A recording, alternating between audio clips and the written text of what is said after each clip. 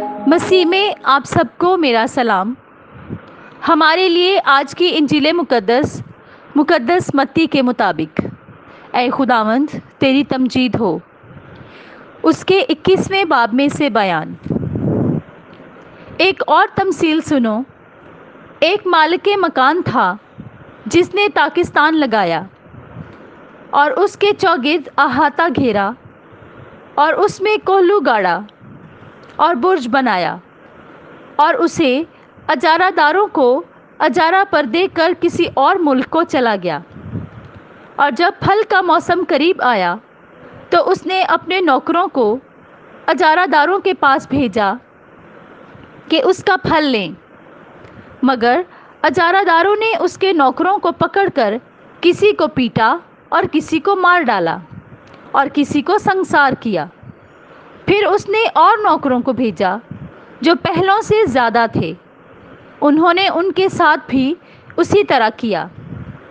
آخر اس نے اپنے بیٹے کو ان کے پاس یہ سوچ کر بھیجا کہ وہ میرے بیٹے کی تو عزت کریں گے، مگر اجارہ داروں نے بیٹے کو دیکھ کر آپس میں کہا کہ وارث یہی ہے، آؤ اسے قتل کر دیں اور اس کی میراث لے لیں، اور اسے پکڑ کر طاقستان سے باہر نکالا اور قتل کر دیا۔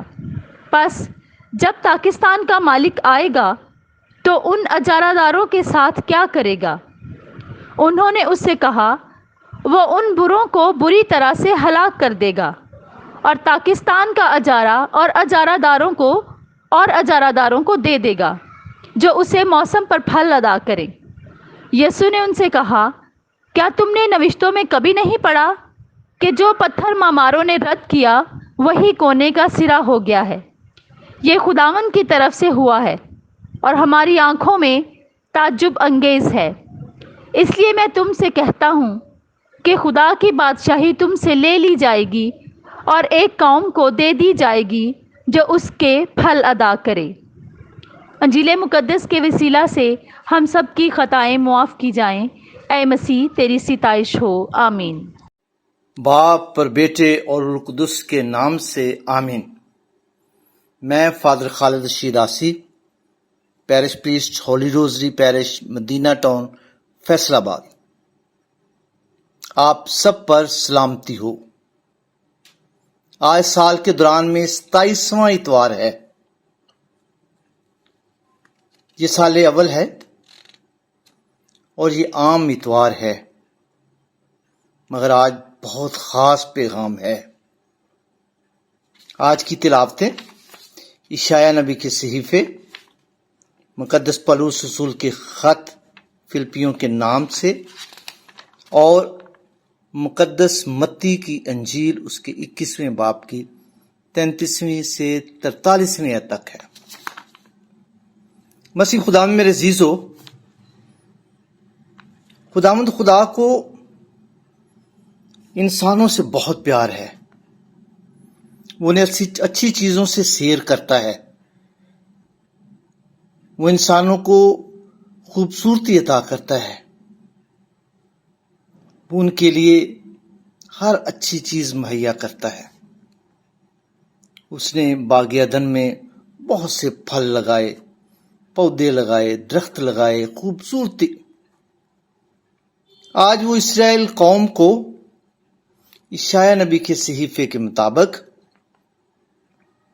کہتا ہے کہ خداوند رب الفواج کا طاقستان اسرائیل کا گھرانہ ہے۔ آج خداوند اپنے گھرانے کے لیے، اپنے رفیق کے لیے محبت کا نغمہ گاتا ہے، جس کے لیے اس نے طاقستان بنایا ہے، اور وہ اس کے لیے جہاں طاقستان لگایا ہے وہاں وہ وہاں برج بناتا ہے، کوہلو گاڑتا ہے، اس کی حفاظت کرتا ہے، اس میں پھل اور ہر قسم کی آسائش مہیا کرتا ہے، مگر وہ آج پریشان ہے کہ کس نے بدبودار چیزیں لگائی ہیں اور وہ ان سے ناراض ہے۔ خداوند خدا جو انصاف کا خدا ہے وہ کہتا ہے کہ میں یہ پاکستان تم سے لے لوں گا، کے لیے نکال دوں گا آپ کو یہاں سے اور کسی اور کو اس کا مالک بنا دوں گا، کیونکہ یہاں جو خرابی ہے وہ خون ریزی ہو رہی ہے، چوری ہے، زنا ہے، جھوٹ ہے، اس قسم کی بدبودار چیزیں یہاں اگائی ہیں اور خداوند کو یہ اچھا نہیں لگتا۔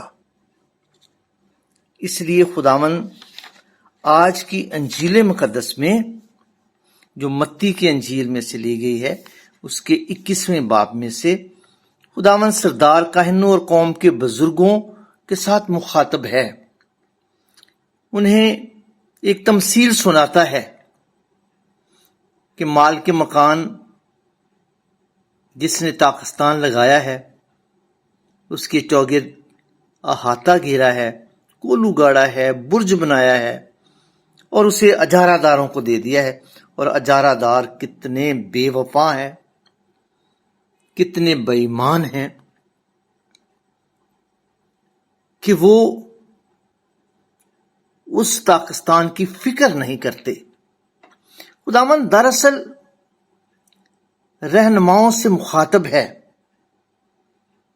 بنی اسرائیل قوم اور ہم سب جو ہیں وہ خداوند کے پاکستان میں ہیں، خداوند اس کا مالک ہے، اور یہ جو سردار کاہن ہیں، بزرگ ہیں، دوسرے لوگ ہیں، رہنما ہیں، یہ ان کو مختاری دی گئی ہے تاکہ یہ اس پاکستان کو خوبصورت بنائیں، پھلدار بنائیں، اور خداوند خدا جب دیکھتا ہے کہ یہ تو ان کو تو اجارے پر دیا گیا ہے مگر یہ اس کی فکر ہی نہیں کرتے، یہ تو مختاری ان کو دی گئی ہے مگر یہ مختاری کا لحاظ نہیں کرتے، تو خداوند ان سے ناراض ہوتا ہے،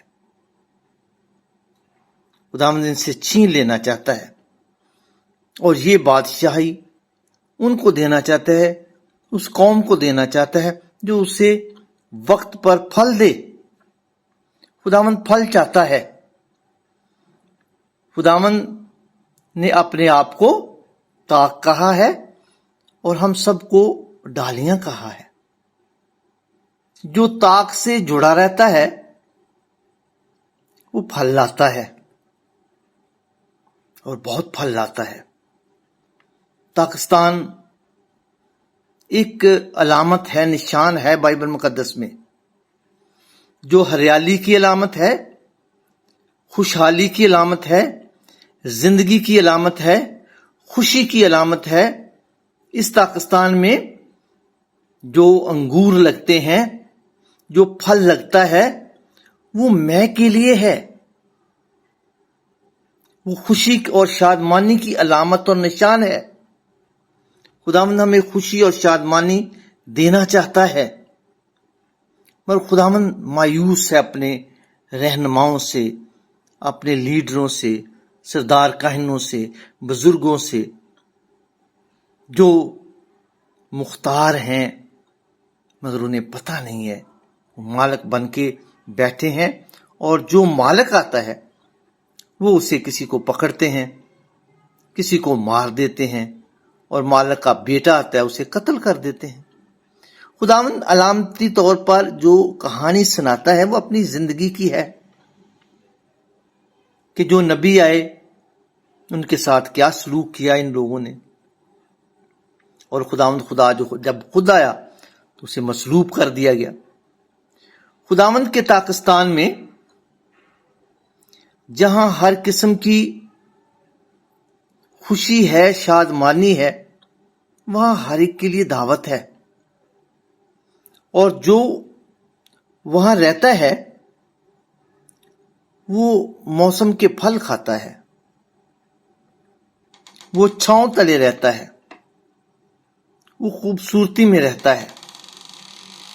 اور خداوند خدا آج اس دنیا میں، جو دنیا بگڑ چکی ہے، جو اس پاکستان کو برباد کرنے پر تلی ہوئی ہے، اپنے گناہوں کی وجہ سے، اپنی بدفعلی کی وجہ سے، برے حالات کی وجہ سے، خداوند خدا ان تمام لوگوں کو جو اپنے رویے کو نہیں بدل رہے، جو دنیا میں ظلم و ستم کر رہے ہیں، انہیں آج چیلنج کرتا ہے کہ تمہارا اس دنیا میں کچھ نہیں ہے، تمہاری صرف مختاری ہے، مالک خدا ہے۔ اور ایوب نبی کہتا ہے کہ ہم اس دنیا میں ننگے آئے تھے اور اس دنیا سے ننگے ہی چلے جائیں گے۔ خداوند خدا کا سب کچھ ہے، خداوند نے دیا ہے اور اس کا شکریہ ادا کرنا چاہیے۔ خدا نے ہمیں مختاری دی ہے، مالک خدا ہے۔ اس نے اگر ہمارے لیے پاکستان لگایا ہے تو ہماری خوشی اور شادمانی کے لیے ہے۔ یہ وہی خداوند ہے جو پانی سے مے بنا سکتا ہے، تو اسے اور کیا چاہیے؟ وہ کیوں کوہلو گاڑتا ہے، کیوں برج بناتا ہے، کیوں وہ ہمارے لیے اچھے پھل ہمیں مہیا کرتا ہے؟